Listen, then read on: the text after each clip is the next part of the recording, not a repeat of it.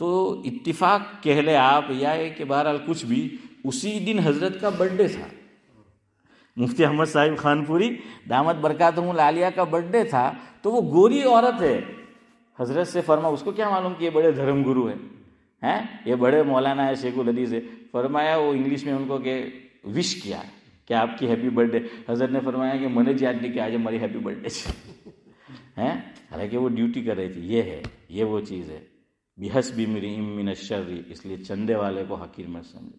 رمضان آ رہا ہے، فون آیا آپ کے اوپر، آپ کے دوست کا، غریب آپ کے بھائی کا، رشتہ دار کا کہ زکوٰۃ دے دو، نہیں دینا ہے مت دو، الٹی سلٹی مت سناؤ. سمجھ آ رہا ہے؟ اللہ مجھے بھی توفیق دے، آپ کو بھی. ایک بڑا پیارا شعر ہے نواز دیوبندی کا، ہم سب بھی اپنے آپ کو دیوبندی کہتے ہیں تو صحیح دیوبندی بن کے جاؤ. بڑی پیاری بات کہی ہے، حقیر مت سمجھو حقارت. نواز دیوبندی نے کیا کہا سنو: امیرو نہ دو تانے تو مت دو ان فقیروں کو. امیرو نہ دو، نہیں پہلے نہ دو. ہاں غالباً یہی فرمایا ہے کہ امیرو، ہاں وہ ایک جملہ چھوٹ گیا، امیرو کچھ نہ دو. اللہ اکبر. امیرو کچھ نہ دو تانے تو مت دو ان فقیروں کو. اگلی بات بڑی پیاری ہے، امیروں کچھ نہ دو تانے تو مت دو ان فقیروں کو. ہم کچھ بھی نہیں دیتے، تانے دیتے ہیں. اور قرآن میں بھی حضور نے، اللہ نے فرمایا اور حدیث میں بھی، ہم کسی پہ احسان کریں گے اور جتلائیں گے تو وہ نیکی ختم. کیا فائدہ ہوا؟ ہم دے کر پھر میں دیوا تو کرو مارا ہگانو فون آوے امتیاز بھائی પણ ઇસ્માઇલભાઈ પછી મેં શું કરા જે મળે તેને કહેતો રહેવા, ગાતો રહેવા આખો દાડો. અરે બધું બેકાર થઈ ગયું. દે કર સબ ખતમ. અમીરો کچھ نہ دو تانے تو مت دو ان فقیروں کو. آگے سنو، ذرا سوچو اگر منظر بدل جائے تو کیا ہوگا. اللہ اکبر. دل چیر جائے گا اگر آپ نے سمجھا ہو تو. کیا کہا کہ آج تمہارا ہاتھ اوپر ہے، اس کا نیچے ہے. آج وہ مانگ رہا ہے، تم دے رہے ہو. تانے مت دو، حقیر مت سمجھو. سوچو اگر اللہ نے پوزیشن بدل لی، تم اس کی جگہ اور وہ، اور یہ زیادہ دور مت جاؤ. 2002 میں یا 2 میں، ہاں دھرتی کنپ آیا تھا، وہ کو پتہ ہے نا، کچھ بھوج میں بڑے بڑے مالدار لوگ. مفتی محمود صاحب باڈولی دامت برکاتہم العالیہ کا سفر ہوا تھا، وہ بیان تراج میں ہوا تھا، کارگزاری بہت، اس کی کیسٹیں بکی تھی. تو حضرت نے اس میں فرمایا، مفہوم ہے کہ میں نے اپنی آنکھوں سے دیکھا کہ جو بڑے بڑے بزنس مین تھے، کروڑوں اربوں پتی تھے، سب تباہ وہاں ہو گیا. فرمایا کہ وہ منہ چھپا رہے تھے کہ کوئی ان کو پہچان نہ دے، اور آج تک لائن میں کھڑا کر کے وہ لوگوں کو دیتے تھے. وہ رو رہے تھے کہ آج وہ دن آ گئے، لائن میں ہم کھڑے ہوئے. امیروں کچھ نہ دو تانے تو مت دو ان فقیروں کو. ذرا سوچو اگر منظر بدل جائے تو کیا ہوگا. اللہ تعالیٰ میری آپ کی حفاظت فرمائے. سبحان اللہ بحمدہ، سبحانک اللہم.